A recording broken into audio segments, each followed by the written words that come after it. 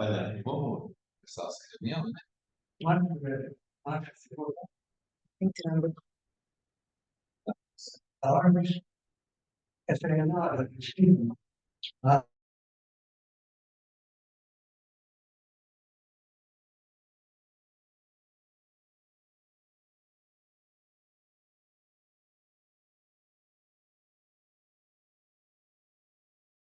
Nós estamos com a defesa do produto possível. Bom, inclusive já é nosso. Eu vou ver a pesquisa para o Instituto Max Planck de Hamburgo.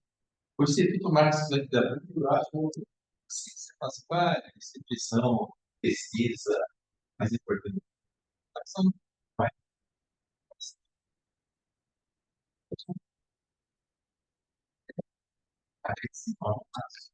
olha isso.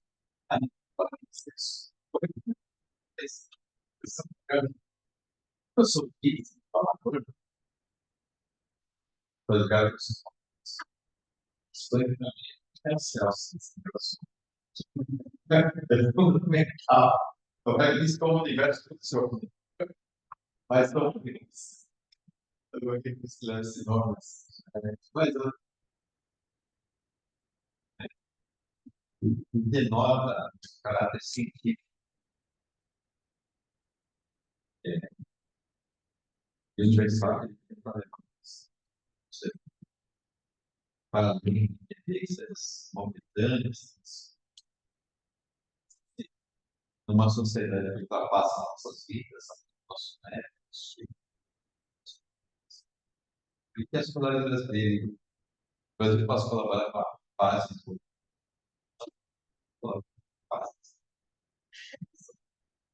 uma política nós, vai ser um parênteses dos mas produz o nosso modo de pensar, norteia nossa atividade. Eu também, Sendo aqui, só confirmar se esse código da psicologia de voz específico está completamente, caso não esteja, talvez.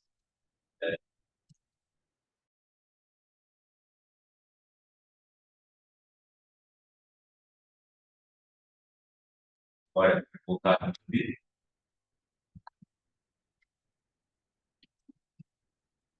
Se estiver ouvindo, pode só falar. Senão, eu vou ligar só uma mensagem. Se eu não para.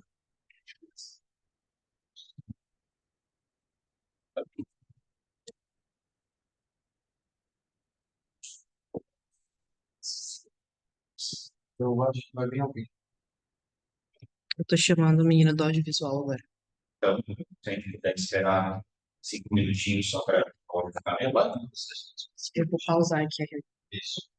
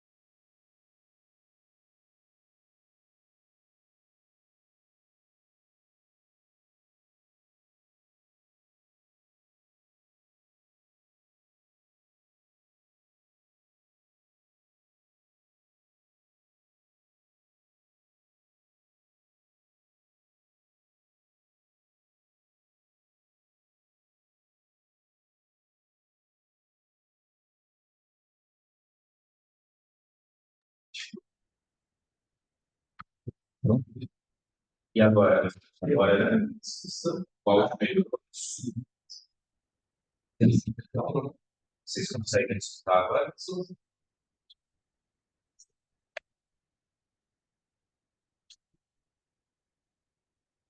Alô, alô, consegue me escutar? Som. Consegue escutar? Se puder mandar uma mensagem, sim, mandar uma. Tem que te mudar ali, ó. Ó, microfone. Você tem que colocar ali, ó, no speaker. Agora pode falar. Agora é possível me escutar bem agora?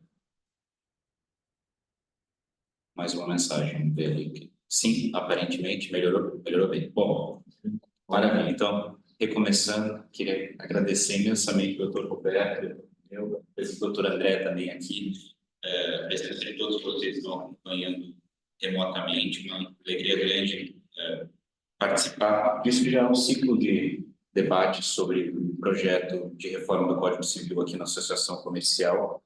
A gente combinou aqui de fazer uma pequena apresentação, mais ou menos 1 hora em que eu vou falar mais. Depois eu queria, enfim, deixá-los todos à vontade para eventualmente fazer perguntas e quero também que todos fiquem à vontade, por gentileza, para caso queiram fazer alguma questão durante a exposição, basta indicar aqui no aplicativo. A gente consegue, né, abrir voz e aí vocês podem, enfim, intervir a qualquer momento. Bom, se a gente puder projetar a apresentação, por gentileza. Essa pequena apresentação que eu montei está organizada em 4 blocos. No primeiro bloco, vou comentar alguns aspectos gerais a respeito da reforma. Aqui são realmente aspectos gerais, sobretudo para contextualizar a reforma para quem talvez não esteja acompanhando desde que ela começou, no final de 2023, ou para quem tem interesse na reforma, mas não está tão por dentro dos movimentos de reforma do direito civil ao redor do mundo. Depois disso, vou apresentar alguns números a respeito dela. E aqui já vou dizer o que me parece mais relevante dessa informação. A reforma tem sido apresentada como uma reforma pontual. E pessoas que se referem a um novo Código Civil são muito criticadas. Na realidade, essa reforma modifica o Código Civil de 2002 mais do que o Código Civil de 2002 modificou o Código Civil de 2016. Ou seja, se nós considerássemos o Código Civil de 2002 como uma reforma legislativa, seria uma reforma menos profunda do que a reforma atualmente proposta. Portanto, a gente deve encarar essa reforma com a mesma seriedade que a gente encara uma mudança de Código Civil. Depois disso, eu vou mencionar 3 mudanças mais abrangentes, particularmente a inclusão de novos fundamentos e princípios do direito dos contratos. Aqui eu já me concentro sobre o direito de contratos, a inclusão de conceitos jurídicos indeterminados, tanto em regras novas quanto em regras antigas, regras que já estavam mais ou menos estabilizadas pela jurisprudência, que agora vão ter que ser interpretadas a partir desse princípio, desses conceitos jurídicos indeterminados, se a reforma for adiante. E vou mencionar o que me parece ser, talvez, o ponto mais significativo entre os pontos abrangentes da reforma, que é a introdução de uma nova dicotomia do direito dos contratos. Hoje, quando a gente pensa em direito dos contratos, a gente pensa basicamente uma tricotomia, né? Quando pensamos em contratos de direito privados, como contratos de trabalho, contratos políticos e leis especiais. A gente pensa em contrato de consumo, contrato civil e contrato empresarial. Ainda que haja alguma dúvida sobre o regime aplicável aos contratos empresariais, essa é a categoria norteadora da aplicação do direito dos contratos. Na reforma, uma nova categoria, que é a categoria dos contratos paritários e simétricos, ganha proeminência e passa a ser contraposta a uma categoria já familiar, mas que parece assumir um sentido diferente, que é a categoria dos contratos de adesão. Vou falar um pouco sobre ela. Depois vou tratar de mudanças específicas. E aqui, a minha extensão nas mudanças específicas vai depender em uma medida do tempo que a gente tiver disponível. Quero falar sobre uma mudança que me parece muito positiva, que é o aprimoramento do regime da cláusula penal, para não dizer que a gente só tem crítica ao Código Civil, projeto de Código Civil, na verdade. E aí, 2 pontos que me parecem mais problemáticos, que é o novo tratamento dado à boa-fé e ao equilíbrio econômico. Bom, então, para começar, agora não está Eu acho que não está funcionando porque tem que clicar na tela, talvez, e aí eu consigo. Oi? Clica nessa tela aí, Luiz.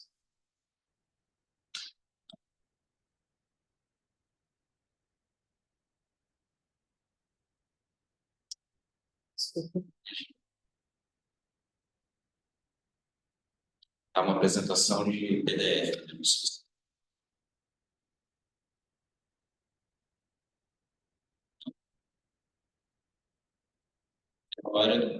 Aquela hora funcionou, né? Quando a gente testou. Você escreveu da página? Esse é o PowerPoint, o arquivo que você abriu agora é exatamente esse. Exatamente isso. Deve ser tá na última página. É igual a página inicial. Isso. Pronto, agora. Bom, vamos lá, agora sim. Reforma do Código Civil não é um negócio novo, né? Os primeiros códigos civis que a gente conhece, as grandes modificações que delimitaram aqui o século XIX, o Código Civil francês e o Código Civil alemão foram revistos no século XX, e o direito brasileiro também passou por várias tentativas de revisão e tentativas de codificação. Então, até o Código Civil 16, a gente teve um monte de tentativa de codificação, algumas bem-sucedidas, outras menos bem-sucedidas.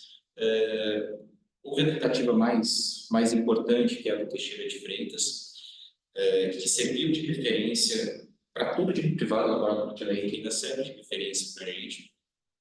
Depois, outras tentativas, de Araújo, apesar de ter se prolongado por 8 anos, ele só produziu 300 artigos, depois morreu, a reforma não foi adiante, foi retomada pelo Felício dos Santos, a reforma também não foi adiante, depois tentativa de codificação do Coelho Rodrigues. Nenhuma dessas tentativas de codificação anterior, em 1916, teve sucesso. A primeira lição que se extrai dessas tentativas malogradas anteriores ao Código Civil 16 todas eram tentativas de codificação com um nome certo. Algo que tem vantagens, e a vantagem reside especialmente no caráter sistemático dessas propostas, mas tem desvantagens importantes, e uma delas é o tamanho da empreitada que uma pessoa só levar adiante. Codificação de 1916, Cláudio Bevilacqua, código com o qual a gente esteve familiarizado por quase 100 anos. Depois dessa codificação, houve novas tentativas de recodificação que também não foram bem sucedidas, né? Tem uma quase esquecida, a gente não menciona mais praticamente, que é uma tentativa de um código de obrigações de Orozimbo Donato, Fladelfo Azevedo, Hahnemann Guimarães. Posso, João? Inclusive, é interessantíssimo o que você está falando, porque nesse projeto de obrigações, nesse anteprojeto de obrigações, tinha a parte do direito de empresa lá, feita pelo Silvio Marcondes, que foi utilizada no Código Civil atual. Então, o capítulo do Código de Empresa atual é o capítulo que tinha no projeto de obrigações. Exato, bem observado, era uma disputa que vinha no começo do século. Bevilacqua se opunha a revogar o Código Comercial de 1850 e unificar o direito das obrigações, entendia ainda que as obrigações deveria ser orientado por uma dicotomia.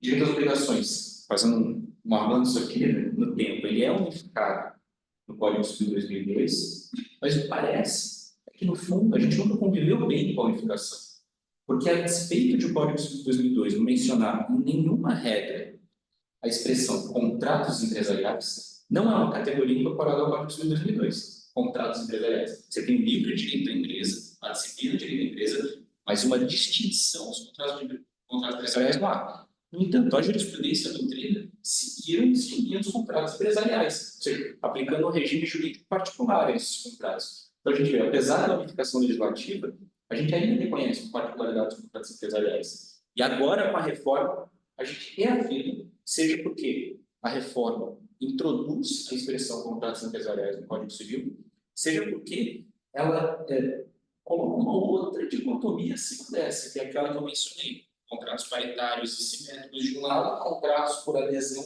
de outro.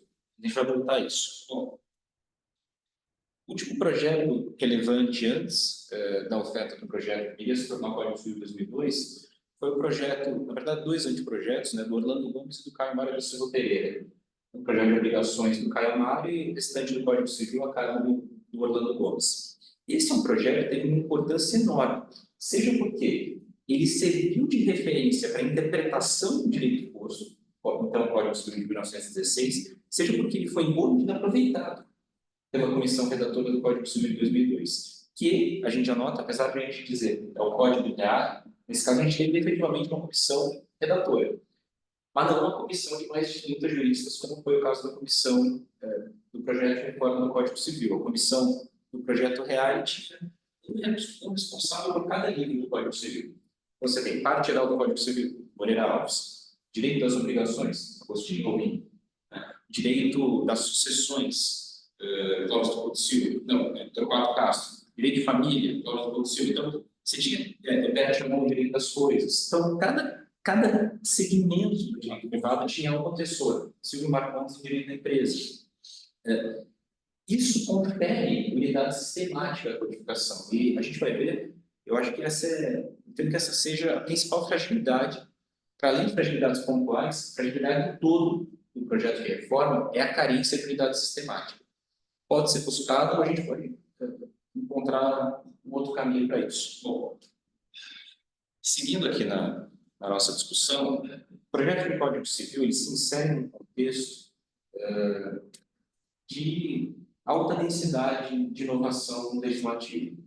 E aqui eu menciono só 3 pontos. MP 881, que depois foi convertida na Lei da Liberdade Econômica, já modificou, eu entendo bastante profundamente o Código Civil. E muitas das mudanças que foram agora promovidas que são propostas, promovidas, claro, o projeto ainda não foi atribuída a relatoria ao projeto já foi entregue, mas ainda não começou a tramitar. Então, sempre que me referia foram produzidas, eu quero dizer, serão, no caso de aprovação futura do projeto. Muitas dessas mudanças correspondem à generalização, ao aprofundamento de mudanças trazidas pela Lei da Liberdade Econômica. E aqui o doutor Romeu sabe bem, quanto à Lei da Liberdade Econômica, eu tenho, de modo geral, uma concordância grande e uma crítica igualmente grande. A concordância é com o norte, com o horizonte da Lei da Liberdade Econômica, que é o incremento da liberdade nas relações empresariais.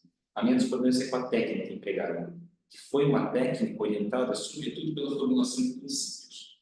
Qual o problema dessa técnica? Quando a gente formula princípios, a gente confere um enorme espaço de discricionariedade para o jogador. Se eu quero menos intervenção, não faz sentido enunciar a excepcionalidade da intervenção como um princípio, porque esse princípio terá que ser interpretado. Então, faz sentido restringir o sentido das regras que viabilizam a intervenção. Então, enfim, não vou entrar nos detalhes da liberdade econômica aqui para a gente poder avançar, mas, além dela, eu queria mencionar inovações legislativas e regulatórias importantes a respeito de ativos digitais, desde parecer 40 da CVM até a própria lei dos ativos digitais, que cuida sobretudo das exchanges. E quero mencionar também o chamado Marco Legal das Garantias. Isso aqui foi bem importante para o direito das garantias, porque introduziu um novo regime para a hipoteca, que tem por objetivo recuperar a atratividade das hipotecas. Modificou também o regime da alienação fiduciária. Basicamente, o que o Marco Legal das Garantias trouxe foi uma forma de aproveitar as garantias após a execução parcial da obrigação garantida. Então, para dar só um exemplo, agora eu preciso recarregar uma hipoteca. Eu tenho uma hipoteca garantindo uma dívida. Eu já cumpri parte daquela obrigação, já paguei parte da dívida. Eu posso recarregar a minha hipoteca com o valor já pago da dívida, para que eu possa oferecer aquele mesmo imóvel como garantia de um outro empréstimo. Então, uma medida bem-vinda, uma medida que realmente dinamiza o mercado de crédito. Há outros temas que estão na cara do gol para serem decididos, que certamente vão trazer impacto no direito dos contratos. Um deles é a regulação estabelecida da responsabilidade das plataformas no Marco Civil da Internet, no artigo 19. Há outros concursos com o ministro Dias Toffoli, há uma expectativa de que essa decisão venha pouco tempo. Segundo ponto, marco legal da inteligência artificial, que em alguma medida é atravessado por regras de um novo livro que a reforma propõe introduzir no Código Civil, que é o livro de Direito Digital. É um livro cujos artigos não estão numerados, então vou fazer referência a ele, vai falar artigo X por conta disso. Livro completamente novo, baseado em diretivas europeias a respeito de direito digital, mas que tem um caráter extremamente principiológico, assim como, de modo geral, todos os aspectos da reforma. Bom, antes de apresentar os números da reforma, queria falar duas palavrinhas sobre experiência estrangeira com reforma de Código Civil. Falar de 3 casos. Caso do francês, caso alemão e caso argentino. Tanto no caso francês quanto no caso alemão, a gente teve uma reforma que se prolongou por pelo menos uma década. No caso francês, as primeiras discussões sobre a reforma começam com projetos de 2 importantes juristas, Pierre Catalá e François Perret, 2005 e 2006. E a reforma só será concluída em 2016. É importante dizer que essa reforma se restringiu ao direito das obrigações. E esse é um desafio grande da reforma do Código Civil atualmente proposta, porque a reforma diz respeito a todo o Código Civil. E há aspectos do Código Civil que dizem respeito a questões de costumes que são indiferentes da prática empresarial, mas que certamente vão servir ou para refutar ou para defender a reforma do Código Civil. Então, a gente tem que discutir a reforma do Código Civil no atacado. Muito difícil de fazer isso com uma reforma tão abrangente como essa. A reforma do Código Civil alemão de 1900, essa demorou ainda mais tempo. Ela começa a ser pensada em 1978, depois de uma reforma de direito de família, bem parecida com a reforma que a gente teve no Código 16, Lei de Divórcio. E aí, em seguida, uma estratégia interessante de reforma. Foram publicados 17 pareceres sobre temas que pareciam relevantes para a modernização do direito das obrigações na Alemanha. E, ao longo da década de 90, o tema ficou mais ou menos adormecido. Ficou refletindo sobre esses pareceres, e em 2001, um tanto surpreendentemente, a reforma é promulgada. Teve enormes críticas da literatura alemã, mas, de modo geral, a reforma foi cuidadosa. Uma reforma voltada para a modernização do direito das obrigações. Então, algumas categorias que eram reconhecidas pela jurisprudência alemã, então, quebra da base do negócio, foram trazidas para a legislação civil. Categorias que, nas décadas de 80 e 90, alguns juristas diziam: a gente não pode fazer código civil porque ainda não estão suficientemente claras. Mas, no começo dos anos 2000, se entendeu que já estava. Reforma do Código Argentino, na verdade, promulgação do novo Código Civil Argentino. O código era muito antigo, do século XIX, e em 2011 foi criada uma comissão para revisar esse código. Revisar e criar um novo código na prática. O código foi promulgado em 2014. Então, se a gente comparar o tempo de elaboração do projeto de Código Civil argentino e o tempo de discussão do projeto de reforma do Código Civil brasileiro, a gente vai ver que o Código Civil argentino levou mais que o dobro do tempo. Se a gente quiser ter uma comparação com uma realidade próxima da realidade brasileira. Bom, agora eu queria apresentar algumas informações aqui numéricas para a gente entender qual que é a extensão da reforma proposta. Depois a gente passa para os detalhes, para a substância. Em primeiro lugar, vou começar aqui no canto inferior direito, vou subir. O total de artigos modificados ou inseridos, considerando também o envolvimento do direito digital, é 53%, ou seja, mais da metade do Código Civil, num cômputo de artigos. Esse cômputo de artigos acaba sendo mais generoso do que um cômputo de texto corrido. Se a gente fizer a conta por texto corrido, aí mais de 60% do Código Civil foi modificado. A gente poderia fazer o cômputo também por disposição legislativa.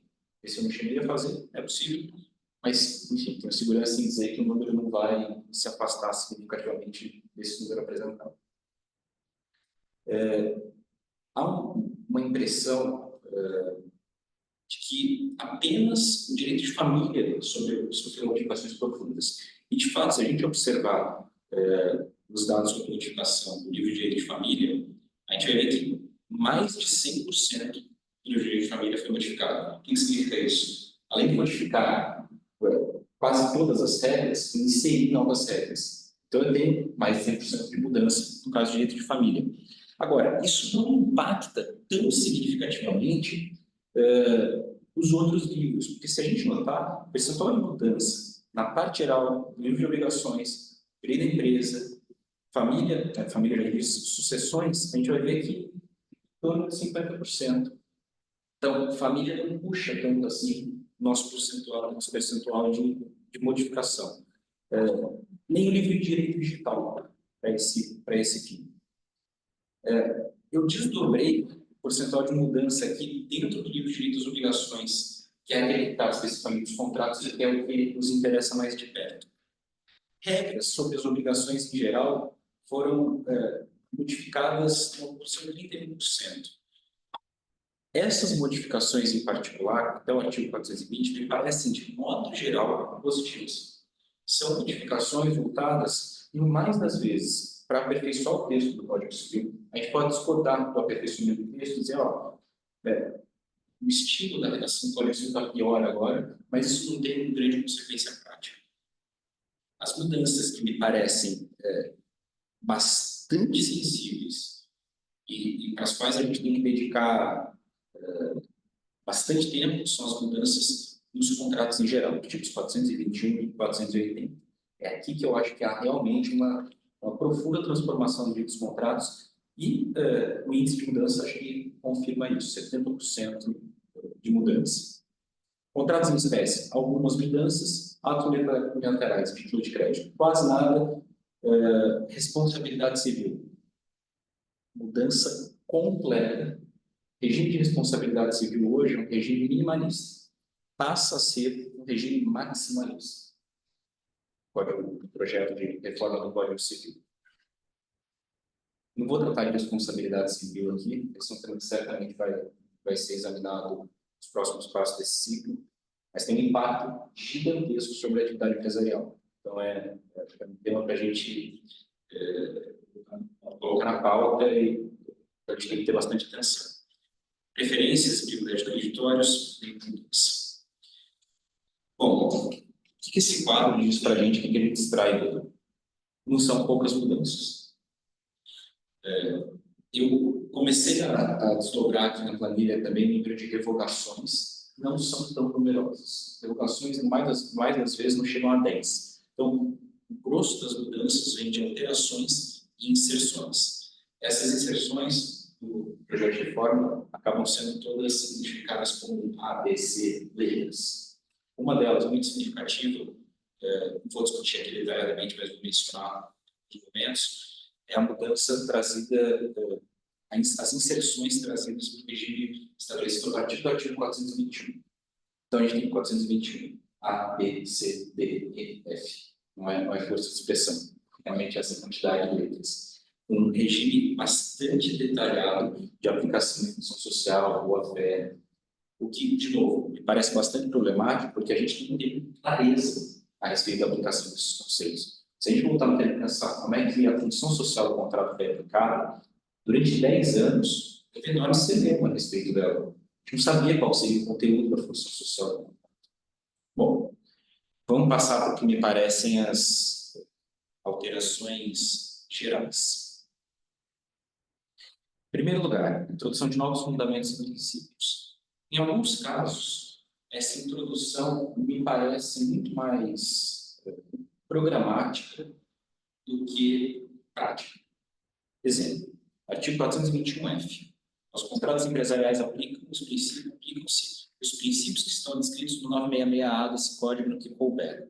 Foi criado um novo artigo após a definição de empresário lá do 966. Bom, primeira necessidade. Pois é. Quais são esses princípios? Liberdade financeira. Quais são os contratos empresariais? Esse é o primeiro problema. A categoria dos contratos empresariais é empregada aqui, mas adiante ela perde espaço para os contratos paritários e simétricos. A gente vai ter uma sobreposição de categorias. Em tese, a gente teria que cruzar essas categorias e fazer como uma matriz para definir qual vai ser o regime jurídico aplicável. É claro que isso não vai ser matemático dessa maneira. A gente vai ter a insegurança jurídica. Se esse regime aqui, de novo, vai concentrar sobre a parte da auditoria dos contratos, se mantiver.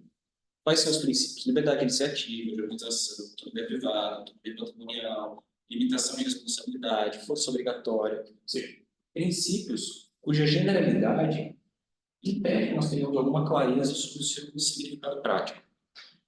Simplicidade da forma, observância de usos. Aqui eu quero destacar um ponto que começa a surgir nesse ponto da reforma que eu acho potencialmente problemático. É o seguinte: o emprego da ideia de normas de ordem pública como sinônimo de normas cogentes. Isso é feito de maneira disseminada no projeto de reforma. A ideia de norma cogente tem um pedigree no pensamento jurídico. A gente começa a falar de norma cogente de ordem pública, em particular, no campo do direito internacional privado. Por quê? Eu sou francês, o Dr. Romeu é inglês. Vamos celebrar um contrato. Eu quero aplicar a esse contrato o direito francês. O Dr. Romeu quer aplicar o direito inglês, naturalmente. E a gente chega a um acordo. Vai dizer, olha, nem tu nem eu. Vamos lá, a gente vai aplicar apenas o direito estabelecido por esse contrato, respeitadas as normas de ordem pública. Então, a gente vai poder iniciar o direito ilícito, etc. Vamos poder lavar dinheiro desse contrato. A gente vai ter que respeitar normas de ordem pública internacional, que precisam estar positivadas para serem reconhecidas como normas cogentes. No começo do século XX, esse conceito de norma de ordem pública é internalizado, trazido do direito civil. Nunca é entendido como sinônimo de norma cogente. Por quê? Porque se tem norma cogente que não é de ordem pública. Certo? Bom, aparentemente, no projeto de reforma do Código Civil, a noção de norma de ordem pública se torna sinônima da noção de norma cogente.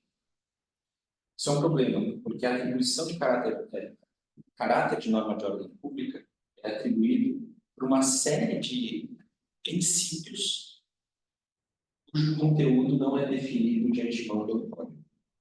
Qual o problema? Se eu anuncio um princípio como norma de ordem pública, na prática, o que eu estou fazendo é dar para o juiz carta branca para que ele exceptue qualquer disposição à norma, qualquer disposição contratual em favor da aplicação dessa norma de ordem pública.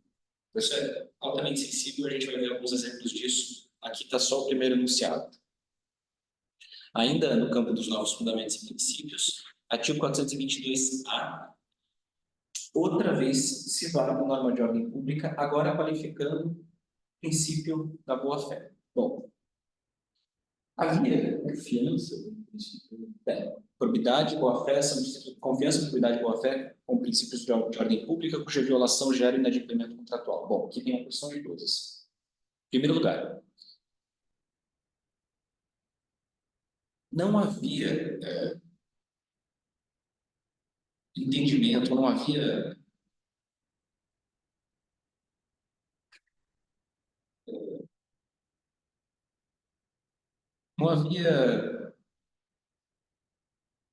concordância na doutrina a respeito do caráter da boa-fé. Desde um texto famoso, Antônio Junqueira de Azevedo, ainda em crítica ao Código Civil de 2002, ele dizia: a gente não sabe se a boa-fé é uma norma de ordem pública ou não é norma de ordem pública. Por que essa definição é importante? Porque, sobretudo, práticas empresariais complexas, a gente consegue jogar com a boa-fé. Não tem que jogar com a boa-fé. O tema aqui da área do documento. Operação de Menem. Cláusulas chamadas de cláusulas Prosenberg. Cláusulas segundo as quais eu posso deixar de revelar informações relevantes para a composição do preço, desde que o comprador tenha as participações societárias faça uma diligência adequada nos meus negócios. Posso perfeitamente fazer isso. Eu poderia ler uma cláusula como essa como uma violação da boa-fé. Por quê? Porque uma vez que a cláusula é estipulada, eu não vou ter mais um dever de revelação que de outro modo eu teria e que poderia ser reconduzido à hipótese atualmente estabelecida no artigo 422 do Código Civil. Agora que eu digo que a boa-fé é norma de ordem pública, que sua violação gera inadimplemento contratual, eu vou proibir a cláusula Rosenberg? Ou seja, eu entendo que seja possível interpretar no sentido de que não, posso perfeitamente continuar jogando com a boa-fé. O problema é que não parece razoável defender uma interpretação civil a qual você já não pode deixar de guardar boa-fé em nenhuma fase do contrato. E, portanto, cláusulas como a cláusula procedente estão, a partir de agora, proibidas no direito brasileiro. Vejam, essa me parece a melhor interpretação do artigo? Parece. Essa é uma interpretação que se tornou possível nesse enunciado? Sim. Isso não é um problema. Amanhã, a porção de operações societárias em curso começarão a ser questionadas, sim, claro, no lugar nesses termos, a partir de um argumento como esse. E mais, o fato de eu enunciar uma norma de ordem pública, não necessariamente conduz a inadimplemento contratual, porque quando a gente observa a disciplina dos defeitos do negócio jurídico, uma coisa que a gente aprende na faculdade, né? Hipóteses de anulabilidade do negócio jurídico, erro, dolo, coação, lesão, estado de perigo, fraude contra credores. Ali eu tenho normas de ordem pública. Eu não posso excetuar uma norma jurídica que estabelece uma proteção de credores defraudados. Essa norma de ordem pública não é uma norma cuja violação não carrega de implemento contratual. A violação é a irregularidade. São consequências completamente diferentes. O implemento contratual conduz a perda de danos, o implemento contratual não diz nada sobre a validade, o implemento contratual está situado no plano da eficácia do negócio jurídico. Isso aqui, uma série de consequências importantes sobre regime de prazo prescricional. Enfim, não vou enumerar todas as implicações. O fato é que O meu uma técnica jurídica. é um problema de técnica. É um problema de técnica. Bom, uma outra mudança de fundamentos e princípios agora no livro de Direito Digital. Aqui a gente tem algumas novidades, eu acho que os princípios não são tão novos como a referência que eu fiz no slide anterior. Então, vamos lá. Vou destacar só o que importa aqui para a gente ganhar um tempinho. São fundamentos da disciplina denominada Direito Civil Digital. Inciso segundo, liberdade de expressão, de informação, de comunicação e de opinião. Princípios constitucionais. O que muda quando eu enuncio esses princípios aqui no Código Civil? Muda bastante. Porque a doutrina converge no sentido de afirmar que a aplicação de princípios constitucionais deve ser mediada por regras jurídicas, é a chamada eficácia indireta dos direitos fundamentais nas relações entre particulares. Ainda que de vez em quando a jurisprudência aplique diretamente esses princípios, essa é uma medida de cautela. Por quê? Porque direito fundamental tem necessariamente um escopo muito mais amplo do que regra de Código Civil. Regra de Código Civil é muito específica. Então, qual é o erro que leva à anulabilidade do negócio jurídico? O erro essencial é excusável, alguns vão dizer, ou possível. Uma regra muito específica. Bom, agora, se eu tiver que aplicar um princípio constitucional de livre iniciativa e traduzir esse princípio como uma norma jurídica que vai impactar a disciplina do erro, problema de insegurança. Então, enunciados de princípios cujo lugar, tradicionalmente, é a Constituição e o Código Civil, trazem, claro, enorme insegurança, que passam a ser aplicados diretamente. E uma outra coisa, não fica daí a competência, porque aí o STF vai ter mais competência sobre matéria de direito privado, seria, né, seria infraconstitucional. Eles estão, ao alocar aí esse princípio, atrai todos os negócios jurídicos privados para a competência do STF. Exatamente. Torna-se constitucional. Exatamente. O meu recurso agora vai ser especial ou extraordinário. Se eu tenho o mesmo princípio anunciado no Código Civil e na Constituição. Certo? Hipótese de recurso público, assim, que deveria ser uma coisa excepcional, se torna regra nesses termos. Alguns outros princípios enunciados aqui, cujo significado E dá margem a você colocar o recurso especial, não ser vencedor do STJ e apresentar o recurso extraordinário. Isso, faz o mesmo, quase o mesmo argumento.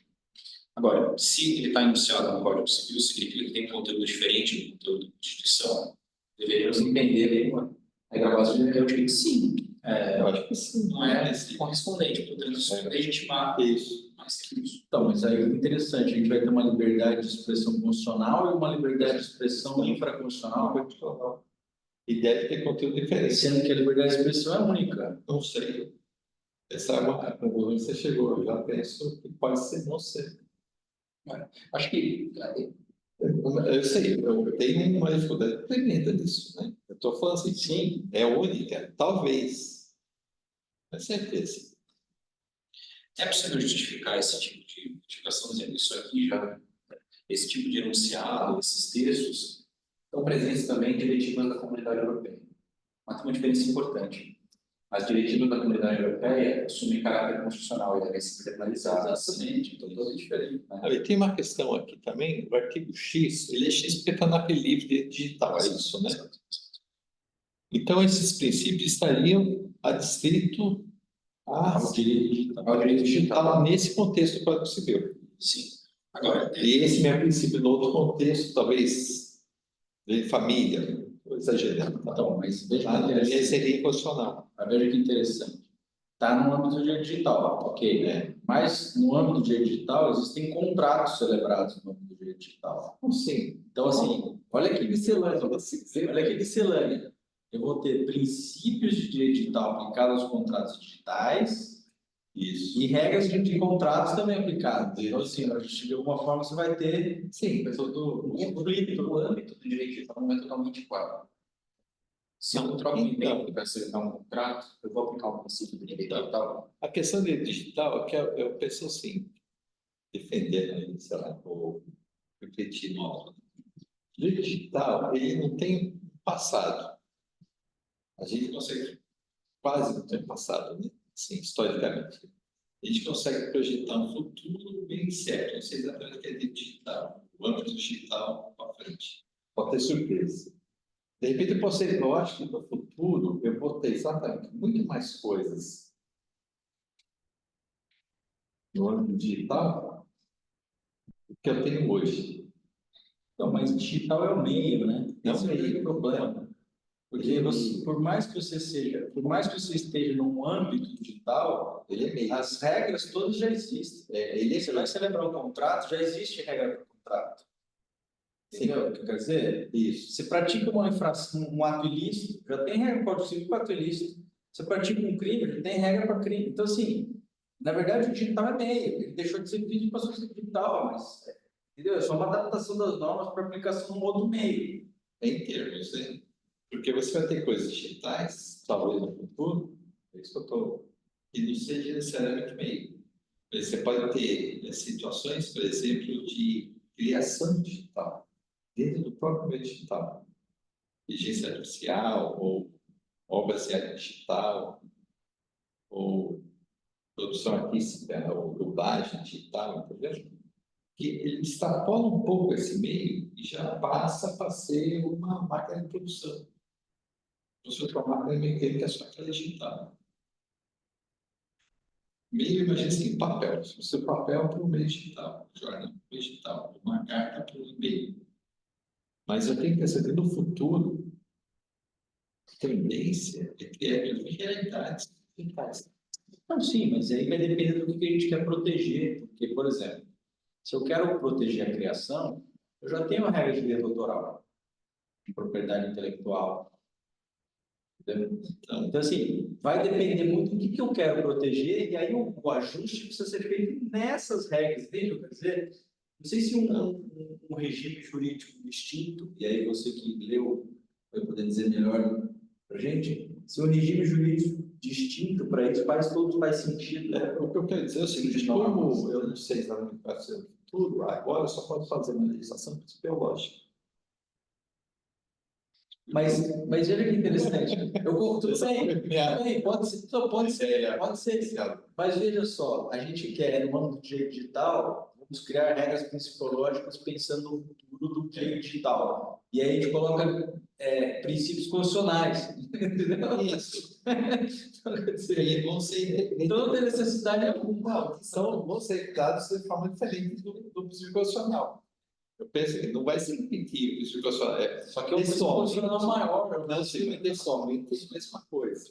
Mas talvez o conteúdo desse texto. Acho que ainda lembre-se sobre como que o livro de direito digital vai ser interpretado também inserido no Código Civil, porque essa é uma referência internacional. Isso.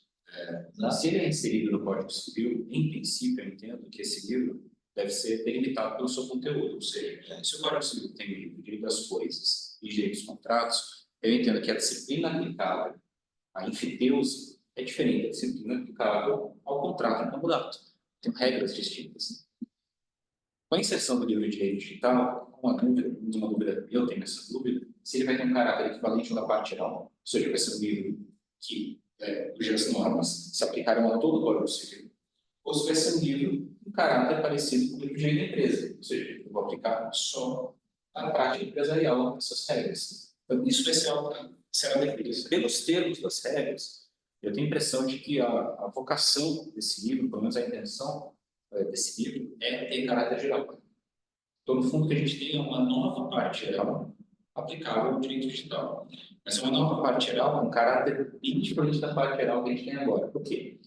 A parte geral que a gente tem agora, ela tem um caráter mais geral, mais abstrato, mas não necessariamente mais indefinido. Ou seja, se eu digo no artigo 104 do Código Civil, a validade do negócio jurídico requer agente capaz, objeto visto possível, determinável, forma lícita ou não proibida. Forma prescrita ou não proibida. O que eu quero dizer com isso? Que a determinabilidade do objeto, que a capacidade do agente, são requisitos de validade de qualquer negócio jurídico, ou seja, é uma regra muito abrangente. Mas é uma regra cujos contornos são bem definidos. Qualquer negócio jurídico, seja um contrato de constituição de renda, seja um contrato de compra e venda, sujeito à prova, o agente precisa ser capaz. Se o agente não for capaz, o negócio é inválido. E se ele for absolutamente incapaz em particular, até nulo. Então, eu sei exatamente qual vai ser a consequência jurídica. Agora, quando eu estabeleço uma nova parte geral digital, e o conteúdo dessa nova parte digital, o princípio é lógico, a espécie de aplicação que esse livro vai ter, como que ele vai interagir com os outros livros é bem diferente. Porque a interação entre parte geral e outros livros do Código Civil jamais é uma interação antinômica, uma interação de superação de uma regra pela regra de parte geral. Talvez o livro de direito digital tenha regras dessa espécie. Algumas regras do livro de direito digital que eu mencionei aqui, mas que enunciam novas categorias contratuais. Por exemplo, contrato de prestação de serviços digitais. O recorte do contrato de prestação de serviços digitais é diferente do recorte de um tipo contratual como a empreitada. Ele é muito mais abrangente. Prestação de serviços digitais vai ver desde o contrato que eu celebro influência, de certa forma, até o contrato de armazenamento imóvel, ou seja, uma gama de hipóteses cobertas nem chamaria de tipo, chamaria de categoria enorme. Consequentemente, as regras aplicáveis são as regras que a gente vai encontrar na disciplina dos contratos de espécies bem diferentes. Então, de fato, caminha-se por uma disciplina jurídica que é muito mais programática e geral e que confere o espaço de exercício de personalidade do juiz inédito. Até hoje, no direito brasileiro, pelo menos no direito privado, os juízes nunca tiveram essa personalidade tão tempo para tratar, por exemplo, de um contrato de prestação de serviços digitais. Bom, para avançar um pouquinho mais, aqui tem alguns, mencionei a liberdade de expressão, a gente começou a discutir aí por conta da sua referência também constitucional, mas há outros fundamentos aqui cujo conteúdo já não é tão claro. Por exemplo, o inciso 4º, integridade e privacidade mental, liberdade cognitiva, acesso justo. São princípios que não parecem, enfim, nocivos, mas cujo conteúdo não é tão claro, pelo menos para as pessoas que não lidam no cotidiano com o tema. Seguindo, aqui a gente tem um pouco mais de dúvida. Parágrafo 1º do artigo seguinte do direito digital vai dizer para a gente que são parâmetros fundamentais para a interpretação dos fatos, atos, negócios e atividades civis que tiverem lugar no ambiente digital, para a apuração de sua licitude e regularidade. Os seguintes critérios que atendam aos princípios gerais do direito. Não é muito claro o que isso significa, mas entre esses critérios a gente vai encontrar a promoção da conduta ética no ambiente digital. Eu vou aplicar a promoção da conduta ética como critério interpretativo do contrato, ou seja, O que é ético? como é que eu vou dar No meio jurídico fala. Quem já define o que é ético? Mas você tem dois universos, né? O universo jurídico, estrito senso, e ético moral. E o ético passa a ética moral, pode ser uma outra ética moral. É que Ética religiosa. há interpretações, mas dificilmente a gente vai encontrar numa norma de direito privado uma Mas referência fala que isso. considere a ética. Ética, então. Bom, nós não sei isso, né? É jurídico da pessoa, quando chega a Pois é, deixa eu correr um pouquinho aqui para a gente chegar pelo menos nos pontos específicos. cada um desses é uma Eu tese. quero falar um ponto que me parece muito positivo, que é uma mudança na primeira cláusula penal. Conceitos jurídicos indeterminados aqui.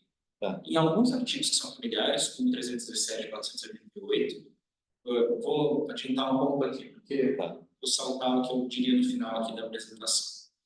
317 é um artigo pensado para abrir a possibilidade de revisão judicial para correção monetária. Essa foi a racionalidade original de 2017. Por quê? Porque pensado originalmente ao longo das décadas de 70, 80 e 90, para existir hiperinflação. Em muitos casos, quando você não convencionava a cláusula de escala móvel, você tinha que cumprir, percebia que o valor nominal já não fazia nenhum sentido.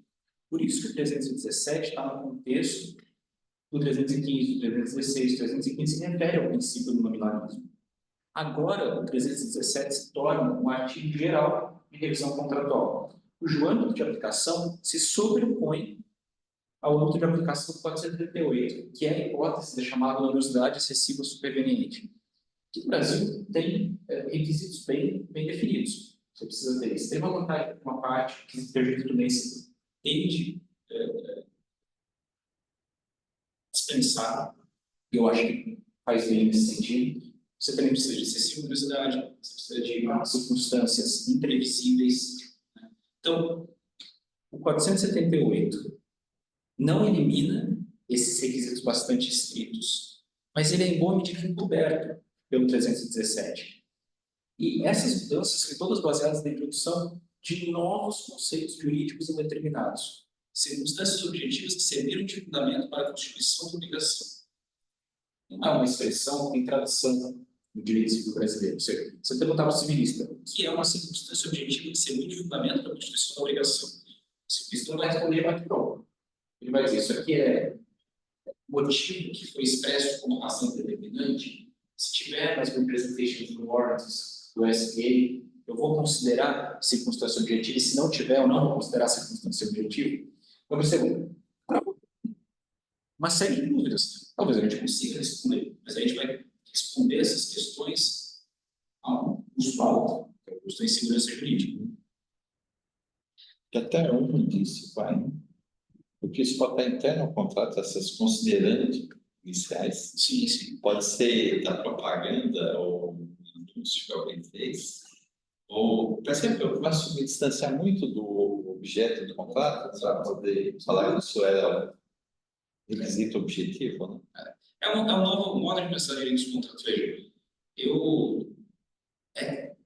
desde a metade do século XX, vai ter jurista que defendia uma recodificação por princípios. Jurista muito respeitado. Stefano Rodotà, por exemplo, um italiano, super importante, que é professor dessa rede por muito tempo, professor do Pedro Lago, do Natália Lunetti, uma figura assim, sobre cujo repertório e redução de inteligência ninguém duvida. Mas isso não se concretizou, né, cara? Chegou à conclusão de uma recodificação por princípios não seria adequada. E que pode assumir o governo italiano de 42, apesar dos pesares, precisaria ser reformado apenas pontualmente, foi isso que aconteceu. Então, é possível que a gente chegue à conclusão de que é melhor recodificar por princípios. No entanto, se a gente for fazer isso, a gente tem que realmente fazer uma reforma. Não é uma reforma, mas tem que editar um novo Código Civil e entender quais vão ser as implicações de uma recodificação por princípios. Entender até que ponto uma recodificação por princípios é viável.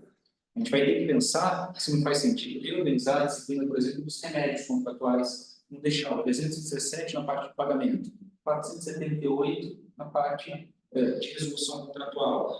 Então, esse é um tipo de reflexão que eu acho que vale a pena fazer. O problema é a gente fazer esse tipo de reflexão ancorado pelo menos trechos de um projeto que não nos fornecem clareza suficiente a respeito do que esses trechos pretendiam ser. Ou seja, o que se pretendia fazer, o que se pretende fazer com a introdução, agora eu passo para esse tema que me parece particularmente relevante, da dicotomia adesão X versus paridade e simetria. O conceito de paridade e simetria foi introduzido no direito brasileiro pela Lei da Liberdade Econômica. E aqui está o lobo da serpente. Porque esse é um conceito que não contava com nenhuma referência legislativa, foi trazido pelo Código Civil pela Lei da Liberdade Econômica, sem que se esclarecesse o significado de paridade e simetria.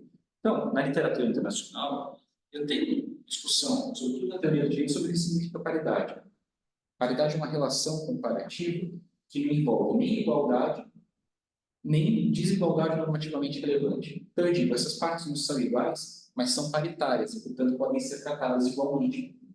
É um conceito do ponto de vista teórico, tem bastante utilidade, mas é muito novo. Foi proposto por uma professora chamada Ruth Cheney, tem 2 décadas. Certamente não é essa referência da paridade aqui. A referência da paridade é a noção de paridade do senso comum. A paridade de áreas, que a gente fala em outras áreas do direito, por exemplo. E simetria? Simetria é um conceito que surge pela primeira vez, pelo menos que eu tive acesso, na primeira jornada de direito comercial, lá em 2012. E, muito provavelmente, a sua fonte de inspiração é a diretiva de 93 sobre cláusulas abusivas, diretiva da Comunidade Europeia, que falava de contratos simétricos. Mas para que era usada essa expressão contratos simétricos? Para dizer que contratos celebrados entre empresas eram simétricos entre si. Contratos celebrados entre pessoas naturais eram simétricos. Então, que contratos empresariais são simétricos entre contratos empresariais. Contratos de consumo são simétricos entre contratos de consumo. Um contrato celebrado entre o consumidor e a empresa é assimétrico. Então, no fundo, era uma qualificação que não tinha indicação normativa, porque as indicações normativas ficavam penduradas na qualificação contrato empresarial, consumo. Ela, aos poucos, vai se tornando uma qualificação com implicação normativa. Por quê? Porque ela é usada para reafirmar o caráter empresarial de alguns contratos. Em 2016, vai ter uma decisão do STJ, um caso famoso, do Robinho contra a Light. O Robinho queria que se aplicasse regras sobre contrato de adesão, e aí o STJ diz, não, este é um contrato simétrico. Por conta disso, eu não vou aplicar o regime da adesão. Acho que aqui está, digamos, a formulação que viria a ser depois empregada, primeiro na Lei da Liberdade Econômica, com a mudança do 421A, e depois em vários artigos aqui do projeto de reforma. Quando eu digo vários mesmo. 19 menções a contratos paritários e simétricos, contrato paritário e simétrico, negócio jurídico paritário e simétricos, e assim por diante. Eu acho que a dicotomia fica clara em várias dessas letras introduzidas no artigo 121, então eu estou aqui apenas o dele. Salvo nos contratos de adesão ou por cláusulas predispostas em formulários, as partes podem, para a garantia da paridade contratual, sem prejuízo de princípios e normas de ordem pública, prever, fixar e dispor a respeito dele. E várias regras, sobretudo regras interpretativas de alocação de obrigações e riscos contratuais. Veja, aparentemente o que eu estou criando aqui é uma distinção entre contratos que, por serem, em outras regras a gente vai ver, simétricos e paritários, podem ser moldados com a maior extensão possível pela autonomia das partes. E outros contratos que contêm cláusulas predispostas em formulários ou contratos de adesão, que não podem estabelecer parâmetros para interpretação, hipóteses pressupostas para revisão, glossário. Isso significa que no contrato de adesão posto um glossário,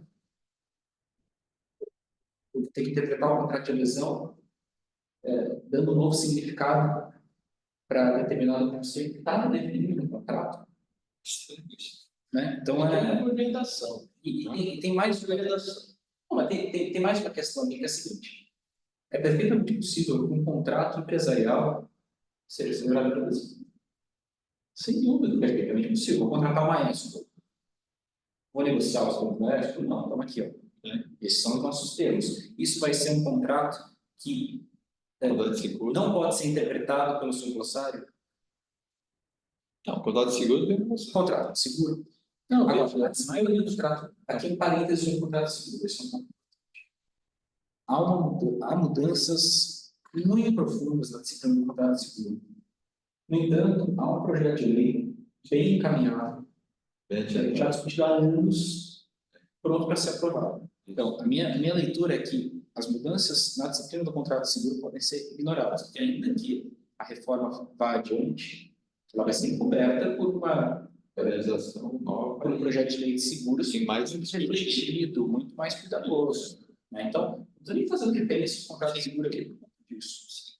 Bom, para falar de uma coisa que me parece positiva. Mas ali ainda há um problema muito grave, porque o que é paritário e o que é simétrico? E aí o juiz vai ter que ser chamado a dizer, a analisar, então assim, ele é diante de uma relação empresarial.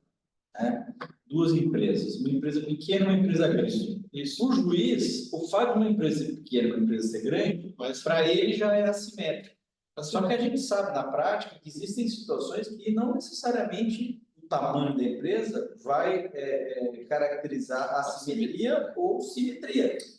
Aqui tem uma referência interessante. Pode ser também acesso à informação prévia, né? O contrato pode ser assimétrico, porque uma das partes ele tinha mais informação do que a outra parte. Não necessariamente ele é maior ou menor que o outro. Não precisa provar isso. Não. Não sei, história. Não, esse é problemático. É um problema. Isso significa. Então, você tem razão, mas na prática Não é certo. Isso. É isso. Aqui tem uma referência interessante. O projeto de código comercial de 2013 definia que contava com simetria contratual.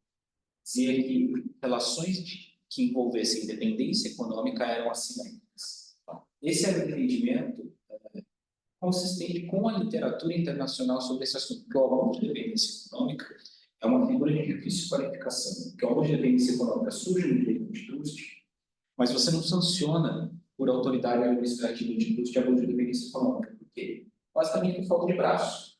Porque abuso de dependência econômica é aquela situação estabelecida entre imposto de gasolina e seu revendedor, e seu fornecedor, entre negócios que não envolvem, que não seriam submetidos a controle de concentração, por exemplo, pela sua magnitude. Então, bom, eu tenho pelo menos um parâmetro que tinha no projeto de código comercial, que eu poderia encontrar literatura sobre, eu poderia criticar o parâmetro. O problema é que a paridade e simetria agora não são acompanhadas de nenhuma espécie de parâmetro. Então, eu não sei, por exemplo, se paridade e simetria são a mesma coisa. Se é algo como boa-fé no direito alemão, Treu und Glauben. Aquilo lá conta como uma coisa só. E paridade e simetria contam como uma coisa só, porque no 421 eu estou falando de garantia de paridade. Quase todas as outras disposições sempre falam de paridade e simetria juntas. Então, é uma indefinição, é uma dúvida. Então, até conversava com os meus alunos lá em base de direito privado, a primeira disciplina lá da graduação de direito privado da GV. Discutindo algumas disposições do código, particularmente essas disposições da parte geral de dos contratos e depois de contratos em espécie, a gente tem uma dificuldade grande de explicar o que vai ser a partir daí. Porque não são parâmetros que contam com a competência doutrinária. Claro, há inovações que já têm alguma referência doutrinária. Por exemplo, se insere no Código Civil agora, doutrina da adimplemento substancial. Não a partir dos mesmos parâmetros consagrados da jurisprudência, mas ok, a gente tem uma ideia desse que a adimplemento substancial. Se insere a frustração de fim do contrato. Muitos autores vão dizer, é desnecessária essa inserção. Ok, mas eu tenho literatura sobre frustração de fim do contrato para tentar entender qual vai ser o sentido da regra. O problema é que essas regras são soterradas por disposições assim genéricas. E aí que está o problema. Para falar de um aspecto que me parece positivo, depois eu vou falar da boa-fé e encerro.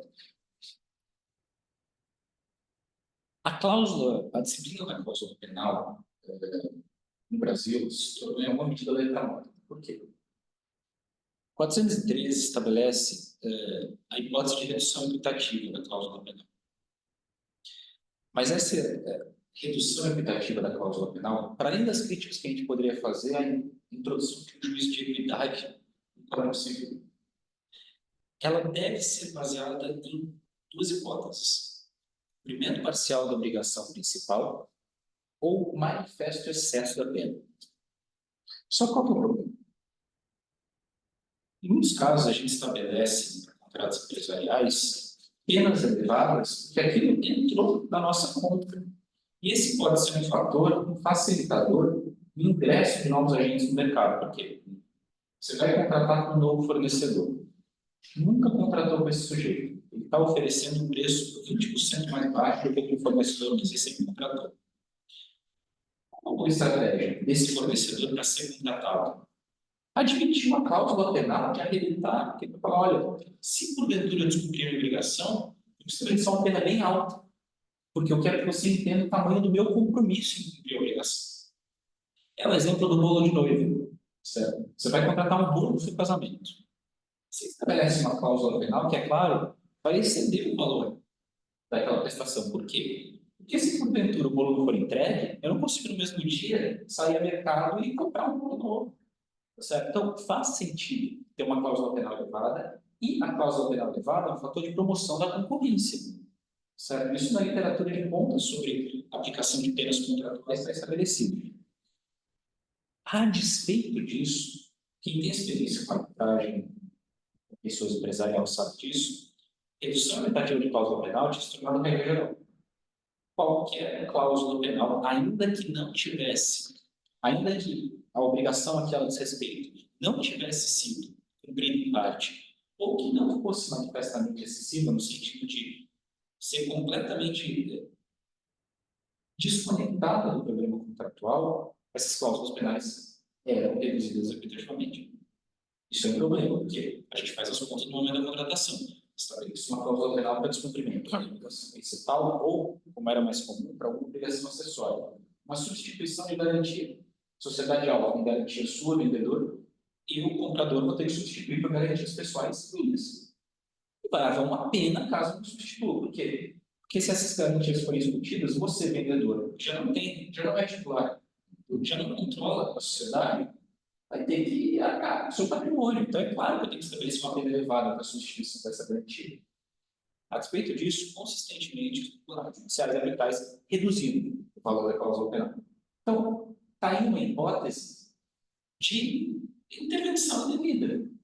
Esse é o tipo de coisa que a lei da liberdade econômica, se fosse elaborada de maneira técnica, poderia ter reformado. Ela não fez, mas agora o projeto de reforma faz, e eu acho essa mudança muito positiva. Parágrafo único do 413. Em contratos paritários e simétricos, infelizmente a gente vai ter muito definir o que é. A gente tinha que ser em contratos empresariais, né? Pronto. Aí tinha que ser em contratos empresariais. E, de novo, para não dizer que o setor é difícil, queria só falar bem, mas isso vai fazer uma cláusula penal elevada, pode fazer sentido especialmente em contratos assimétricos. Por quê? Porque a cláusula penal elevada pode ser do interesse do contratante mais fraco. Por quê? Porque ele quer entrar no mercado. E a única forma que ele encontra de entrar no mercado é oferecendo uma cláusula penal alta. Certo? Então, tudo bem. Mas a gente pelo menos resolve uma parte do E aí, né, paritários e simétricos. Então, quer dizer que eu posso ter um contrato paritário e não simétrico, um simétrico e não paritário. Os dois ou nem os dois. uma clareza. E você tem uma questão prática quanto a isso. Você vai fazer uma petição para aplicar parágrafo único do artigo 413. Que, de novo, eu acho muito positivo. Mas você vai ter que justificar que seu contrato é paritário e simétrico, para não dar margem para outra parte. Opa, não é simétrico, não é paritário. Mas vamos lá, a parte que me parece muito positiva. O juiz não poderá reduzir o valor da cláusula penal sob o fundamento de ser manifestamente excessivo. Mas as partes podem estabelecer critérios para redução. Claro, os fatos podem estabelecer, não precisaria estar aí.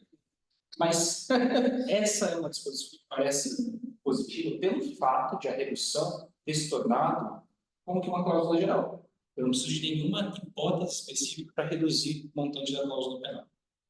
Bom, Mas a parte final não precisaria.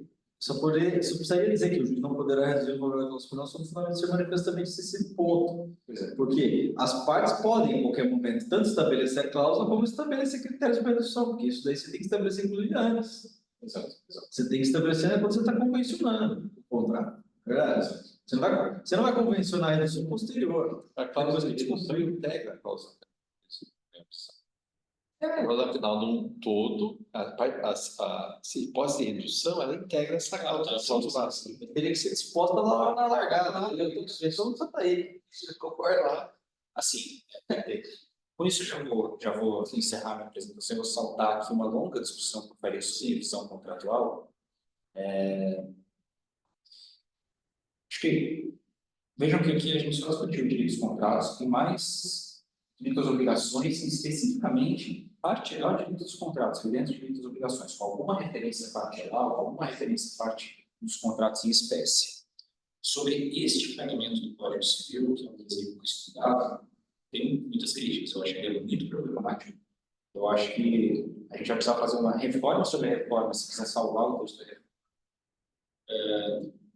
Ou abandonar as mudanças em bloco, ou procurar algo completamente diferente. Ou seja, eu acho que, de modo geral, sobretudo as inúmeras letras do artigo 421, as inovações do 422, do regime 478, 317, de modo geral, muito problemáticos, não vejo vantagem nessa mudança legislativa.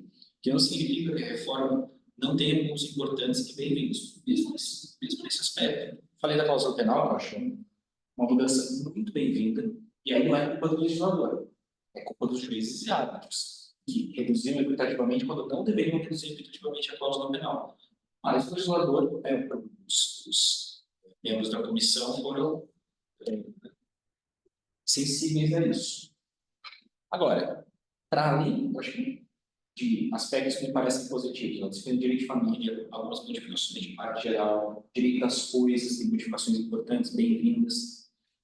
O duro de trabalhar com reforma do modo urgente, como diz o ditado, um camelo é um cavalo feito por uma comissão. Então, além de corrigir problemas pontuais, a gente tem que pensar no caráter sistemático, da harmonia do Código Civil. Quando a gente negocia boa-fé com norma de ordem pública, a gente traz um problema, por exemplo, para a interpretação, digamos, do implemento maliciosamente obstável do artigo 129 da Constituição. A gente traz uma mudança para o entendimento do dolo. A gente traz uma mudança para a exigência, para a dispensa de dolo de aproveitamento na fraude contra credores. Ou seja, tem implicações sistemáticas, que eu estou falando assim, de bate-pronto, que eu sei que me trazem dúvidas. E eu suponho que tragam muitas pessoas. Certo? Aqui realmente é um risco importante. Eu acho que o caminho interessante para a gente seguir é o caminho que vocês estão propondo nesses ciclos, que é separar as discussões. Vamos discutir direitos contratos, depois vamos discutir a sociedade civil, e depois disso, claro, a gente vai ter que ter uma visão de conjunto. Tá? Mas já falei mais do que eu devia aqui. Parece que, pela profundidade e as consequências dessas normas propostas de revogação, acréscimo e modificação, elas precisam de muita reflexão e muita discussão. E não houve. Não está tendo, não está Se você olhar o relatório de cada parte, né, que foi feito uma relatoria geral, a relatoria específica para cada linha. Se você olha o relatório de cada subcomissão, você percebe que a comissão, se ela se reuniu 3 vezes, foi muito. A comissão. Olhando maliciosamente de fora para dentro, vocês olham tudo pelo aspecto legal, né, de dentro. Olhando de fora para dentro, a gente tem uma sensação de que tudo foi feito para que existam as brechas para serem efetivamente manipuladas no judiciário. Acho que nem isso. Porque olha o nível de insegurança que você tem, né? O monte de variáveis que você está deixando pontas soltas, né? Você tem uma ponta aqui influencia na outra ponta aqui, você está deixando várias pontas soltas, e aí o debate é muito grande. É praticamente você tem que reescrever tudo isso. Alguém poderia refutar em algum artigo O tipo de crítica que eu estou fazendo nessa apresentação é o seguinte: olha, você está apresentando críticas tipicamente novecentistas, crítica do século XX, uma espécie de codificação, decodificação, reforma, seja lá como for, do século XXI. É uma reforma simples e tal. Isso aqui chama uma crítica válida. Entanto, ainda não há clareza de como que a gente aplica o código disso. O código vai se tornar, no fundo, como em alguma medida foi a lei da liberdade econômica, uma declaração. Então, esse é o ponto. Eu acho que a coisa... eu vou fazer uma... Talvez eu esteja enganado, mas a minha visão do direito, né? O direito tem várias formas de ver o direito. Direito civil, direito... Então, uma forma que eu acho que é a mais tradicional brasileira, não devia ser, mas é a forma se aproximar daquele modelo normativo do Kelsen. A gente lá no primeiro ano, né? Ele vai estruturar todo ele em cima de norma, ou botar muito peso em cima de norma. Vai trabalhar muito mal com princípios. Por que isso? Porque é uma questão histórica, né? Nós temos um direito codificado, né? O civil law, né? Então, nós valorizamos a norma enquanto sociedade. Os juristas, os advogados normais, né? Mas tem uma questão, uma bolha, e essa bolha é exatamente o Miguel Reale. Por coincidência, o Miguel Reale, o pai, né? Por coincidência, porque ele vai também integrar estruturar o código, que ele vai pensar não no sistema normativo, mas no sistema que ele vai chamar, usar o termo do Miguel Reale, de modelo jurídico. Modelo jurídico não é necessariamente uma norma. O modelo jurídico é uma construção resultante de todo o ordenamento jurídico. Claro, o mais próximo ele vai fazer mais, radiar mais eficácia naquele modelo, e o mais distante, menos eficácia.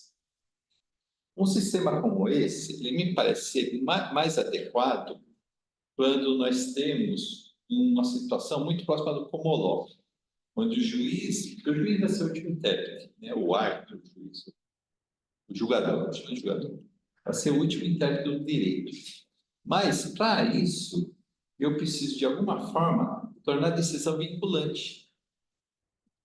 Porque se eu tomo as decisões não vinculantes, esses modelos jurídicos começam a ser bolhas dispersas. Aí gera insegurança total. E parece como nós temos o meio termo em termos de sociedade, nós temos um Código de 2002, que diz lá no texto da norma, antes do texto publicado, tem umas considerações, estão bem enumeradas. E ele vai falar dos modelos jurídicos. Numa das considerações, ele fez exatamente esse termo, modelo jurídico. Então, ele convida que o Código Civil seja visto não sobre o aspecto normativo estrito sensu, mas sobre o aspecto dos modelos jurídicos. Olha, só que isso distancia da tradição nacional. Nós não temos uma tradição, pelo contrário, nós temos uma tradição, ela é normativa estrito sensu, tanto é que nós vamos ver assim, no contratos de empresas, por exemplo, são interpretados maior das vezes por contabilista. Ele faz o contrato social. Ele não faz uma interpretação, mas ele nem consegue dizer, ele é um expert. O advogado comum não tem. Então, o advogado comum ele tem extrema dificuldade de até ministro supremo. E aí eu vou citar o Nelson Jobim, da Normas. Ele criticava muito a questão dos princípios. Ele fala que ele desconhecia princípio. O princípio não é norma, norma é regra. indicava, vem em princípio, surge princípio você dá um nome, e isso tenta judicializar, isso se torna constitucional ou não, né? Claro, que tem certa razão. Todo mundo tem razão nessa coisa. Mas o que parece é assim, nós estamos no meio do caminho entre uma forma sistemática, normativa, em certo senso, e uma forma sistemática de modelo jurídico. Me agrada muito, pessoalmente, o sistema de modelo jurídico. Mas reconheço que se não tiver um sistema processual vinculante, como tem no sistema da Common Law, isso se torna muito complicado. Pior, na sociedade brasileira, na questão processual, nós estamos no meio do caminho. Nós estamos partindo do sistema que era normativo, o juiz tinha o poder absoluto de interpretar o conteúdo da norma, um sistema onde começamos a ter estímulo vinculante, ou seja, as decisões já se tornam, os juízes têm menos liberdade, criada por eles mesmos, eles já começam a ser legislador positivo, digamos assim, em certa medida.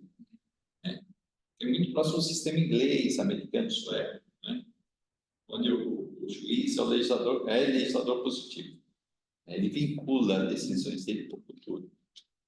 Então, como nós estamos no meio do caminho, nós estamos no pior dos dois mundos. E aí você vai modificar, e você vai modificar um Código Civil no meio dessa transição. E aí tem uma outra questão quando você compara os sistemas, e a gente, além de não ter a decisão vinculante, a gente tem uma estrutura diferente de Estado. Quando a gente olha os Estados Unidos é uma federação. O Brasil não é uma federação. Então, lá, a vinculação de decisão, quem não conhece o sistema, é o seguinte: era uma vinculação a uma decisão de um tribunal estadual. Dentro daquele Estado, vincula as decisões daquele tribunal estadual ou do juiz daquele Estado. Ou em outro Estado já não vincula, serve como referência. Ou seja, a vinculação se dá até porque lá é totalmente descentralizado. Então, você tem uma criação de lei por juízes dentro do Estado. Então, se, por exemplo, a gente pega essa questão principiológica, imaginar que o nosso Código Civil seja só principiológico, né? E vai requerer uma interpretação do juiz, ou uma aplicação daquele princípio do juiz. Será que a aplicação daquele juiz deva ser uniforme no Brasil todo? Porque é uma lei federal, deve ser uniforme. Ou será que teria que ser uma interpretação estadual, porque cada estado tem as suas realidades? O que acontece no Brasil hoje? No Brasil hoje, eu vou até usar um termo lá da administração tributária federal. A gente fala que o juiz de primeira e segunda instância, do juiz singular e o tribunal estadual, ele se torna quase que autoridade preparadora. O que é autoridade preparadora? Ele só prepara o processo. Ele colhe documentos, organiza aqueles documentos, colhe informações, provas, informações, ele emite uma decisão, essa decisão tende a ser recorrida, seja lá por quem for, vai para o tribunal também não tem melhor sorte.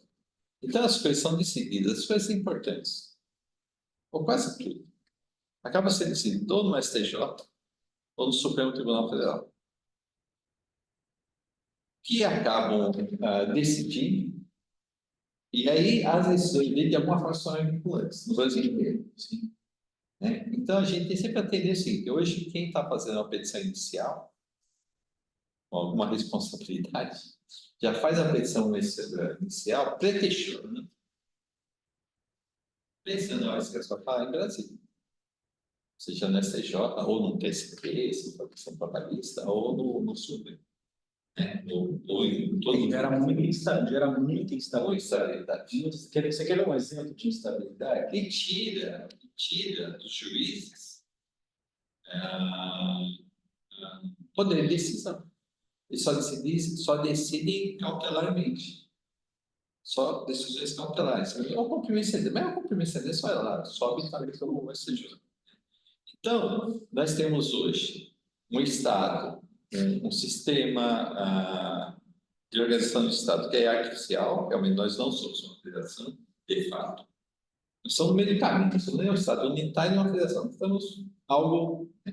Isso torna os juízes segundo estadual são desembargadores relativamente não desembargadores, no sentido de desembargar, de decidir recursos. Em última instância, eles não são desembargadores, no sentido mais técnico. Tá? Os cargos desembargadores é um cargo honorífico, tanto é que o Tribunal Federal se deu o título de desembargador, o juiz de Ministério do Trabalho também desembargador, porque na realidade são juízes de passagem. Para todas as causas importantes. Você não entra numa causa importante, ou de relevância econômica, ou de relevância social, e você se conforma com a decisão de segunda instância. Você fala em primeiro. Segunda instância, nós conversamos, vai para o STJ, e o STJ conhece o seu recurso, porque nós temos uma técnica de conhecer todos os recursos, nós agravamos. Você entra no recurso, o recurso está admitido pelo vice-presidente do tribunal, ou pelo presidente do tribunal, e você agrava. E não agrava. Nós sabemos o caminho, né? Pega alguém, vai fazer assim, fala lá com alguém, vai te ouvir. Viu? É mais fácil falar com o ministro do que com o juiz de primeira instância. E ele vai decidir no nosso favor. Então, nós reduzimos. Aí nós temos um sistema que nós temos uma população imensa, um país enorme, e na prática nós temos um tribunal só. O Tribunal Constitucional, que é mais um pouco isso, e um tribunal de leis federais, digamos assim. A gente consegue transformar tudo em federal, inclusive até lei local. E contrastado com a lei federal vai subir. Não é assim. Você enxerga o impacto da decisão democrática nesse aspecto? O que tem, eu acho que assim, só para a decisão monocrática é o que dá para fazer. Eu acho que assim, em princípio ela é uma exceção, mas se torna regra, porque se você jogar tudo para a turma, seja no tribunal estadual, no tribunal local, seja no tribunal de Brasil, nos tribunais superiores, se você jogar tudo para a turma, então é impossível decidir. Essa é a verdade, uma verdade. Né? Então, o que é? O sistema em si, assim, o sistema tem um problema. Esse problema se reflete nessas questões. Então, você coloca... vamos colocar um código mais principiológico. Tá, vai ser enorme segurança jurídica. A questão de resolver isso, me parece que a questão seria processual, tornar as decisões mais vinculantes, deveriam ser vinculantes, para exatamente não sujar essa decisão. Então, primeiro, os juízes vão decidir o que é boa-fé, num certo contexto, aí compete aos advogados, aí sim, dizer, olha, eu estou naquele contexto, então boa-fé tem essa... Me parece que o juiz, não, vinculante, não é que eles definem os delimitar, eles vão delimitar o conceito os conceitos, naquele contexto prático e valor, de fato, e aí os advogados vai dar um trabalhão. Eles vão ter que pegar o caso deles e falar, o caso do meu cliente, seja em defesa sim, o caso do meu cliente se enquadra nesse contexto com essa definição. Então, o que acontece nos Estados Unidos, por exemplo. Então, tem que ser aplicado dessa forma, necessariamente. Ou não, é uma terceira situação, não está limitada por essa decisão, e vamos criar uma outra decisão de justiça. Né? No parâmetro de justiça, o mais adequado seria essa outra forma. Mas, de alguma forma, se a gente não tiver as decisões mais vinculantes, isso torna muito difícil a aplicação desse Código Civil como ele está sendo proposto, e vai gerar muita insegurança. Porque cada juiz tem uma história de vida e cada juiz e a partir dessa história de vida, ele tem uma pré-compreensão. O juiz ou o julgador, Ele tem uma pré-compreensão. E ele, claro, ele vai jogar aquela compreensão de uma forma mais adequada que ele vê para decidir aquela situação. Ele não vai bater com o do colega dele que está na sala do lado. Ou até o juiz substituto já pensa dessa forma. Então, se a gente não pensar também na questão processual, então, nós somos aqui para discutir a sociedade brasileira, né? Uma discussão leva a outra, né? Então, vai ser bem difícil qualquer alteração nesse sentido. Eu gostaria que o pessoal que está nos vendo pelo vídeo quer fazer alguma manifestação?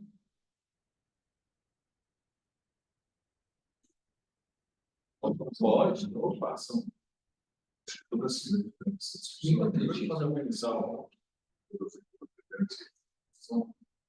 Segundo apresentado no Instituto, não sei se estou muito atualizado, mas há alguns anos atrás se falava muito do Instituto da Arbitragem, meta de diligência de questões contratuais. Isso não pegou no Brasil, né?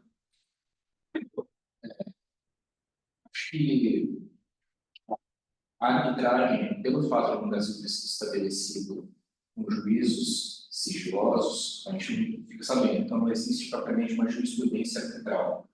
Nesse sentido, a arbitragem não influencia propriamente a interpretação do direito. Ainda que, claro, os mesmos árbitros acabem decidindo de maneiras parecidas, mas quem tem conhecimento dessas tendências de decisão são só as pessoas que trabalham diuturnamente com a arbitragem. Então, eu acho que a arbitragem tem um espaço ainda de desenvolvimento no Brasil, porque a arbitragem, eu diria que ela pegou os grandes casos. Então, Que simplifica bem. Mas assim, desculpa, é que assim, eu sou mediador e árbitro. Os pequenos casos já começaram a ser muitas vezes resolvidos. Ganha uma agilidade muito grande na medida em que você já tem os convênios com os tribunais e as decisões já se tornam vinculantes aos tribunais e ganham força maior. a lei das garantias fosse uma mudança importante aí, que é Bem importante isso, muita solução da arbitragem notarial. E não pode ser judicializado, né? Não, depois que. Mas não pode se você tiver. Está sendo. Não poderia, mas está sendo. Mas quando está vinculado ao tribunal, aí já não é. Tem força. O que é vinculado à mediação? Tem convênios, por exemplo, Mas é para conciliação. a própria Câmara aqui, a Associação Comercial tem isso. Então, a decisão daqui tem uma força muito maior do que uma parte das câmaras. Então, é muito importante. O processo se torna muito ágil. Nós fizemos lá na nossa distrital, eu fiz 60 mediações de arbitragem em um ano. Eu, fora o restante das pessoas que estão fazendo.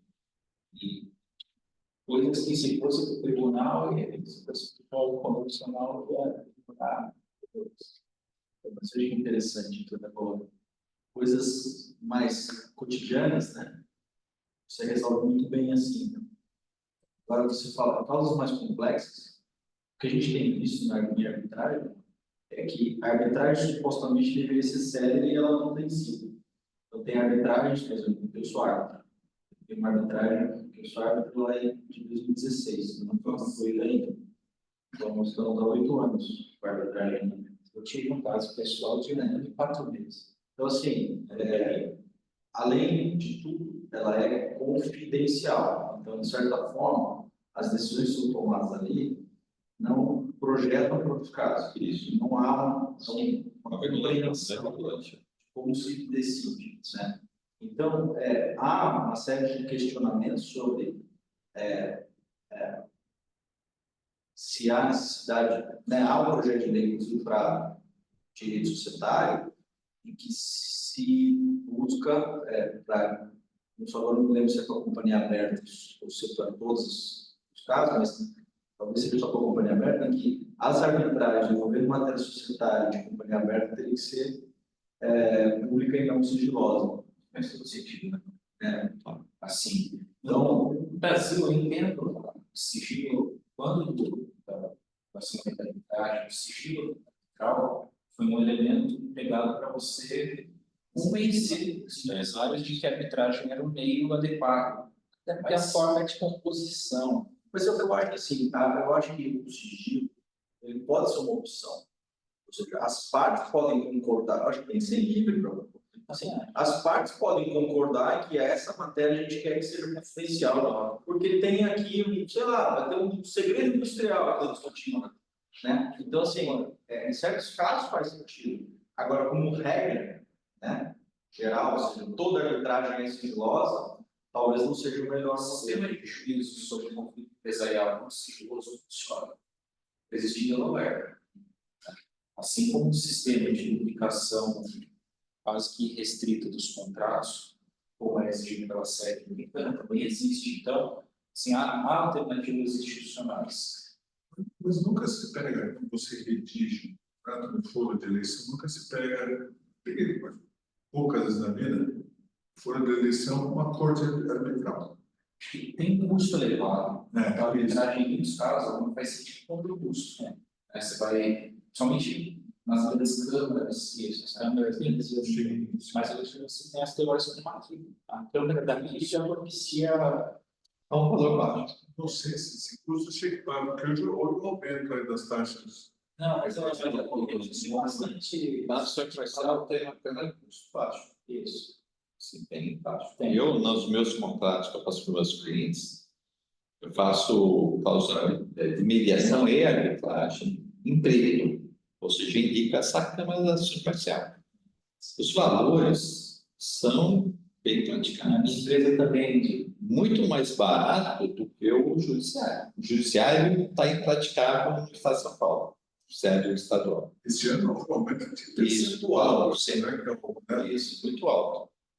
Né? Então, por exemplo, se torna muito mais barato, mais simples você nomear, por exemplo, essa câmara. Tem outras. Tem. Mas, claro, agora se você pensar, vou nomear Brasil, Canadá, Fiesp, aí chama. não são meus clientes, infelizmente. Doutor,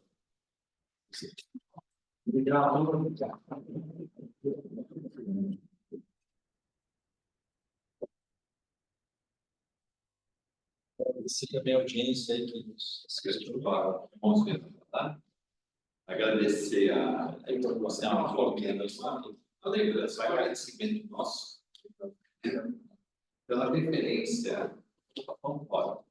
Tirar da cadeirinha aqui, ó, vou bater uma foto.